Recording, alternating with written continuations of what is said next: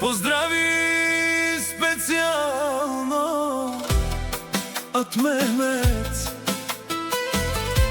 от село Новоград, за неговата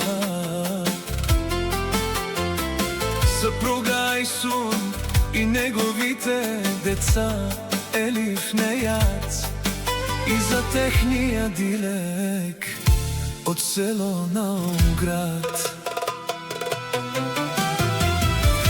Какво му трябва на човек? Безброй сбъднати мечти, приятели добри. За какво живеем на този свят?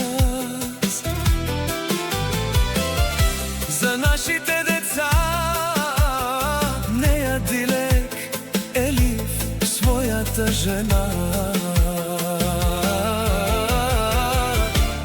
Айсун, за своето семейство. Имаш ли ги? Имаш всичко, брат ми, Мемет, разбери, ама благодарен съм, Господи, че ме дари с жена Айсун и деца Елиф, Дилек, Неят. Какво му трябва на човек? Да е на върха с хубава жена, красива Айсун. Благодарен съм, Господи, че ме дари с жена хубава Айсун. Сега се чувствам много богат с моята жена, красива Айсун. Айсун, обичам я, тя ми е една. Моята жена, красива Айсун, обичам я, тя ми е една. С нея се чувствам на върха. Обичам я, тя ми е една. С нея се чувствам на върха. Обичам я, тя ми е една. С нея се чувствам на върха.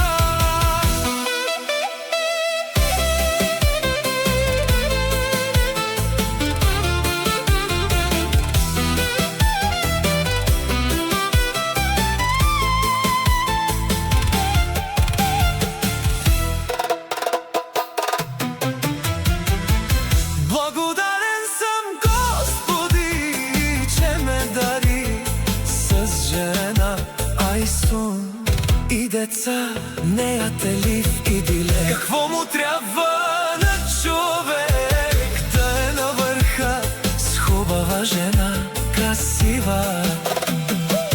Благодарен съм, Господи, че ме дари с жена хубава. Сега се чувствам много богат с моята жена, красива Айсун. Айсун, Обичам я, тя ми е една. Моята жена, красива.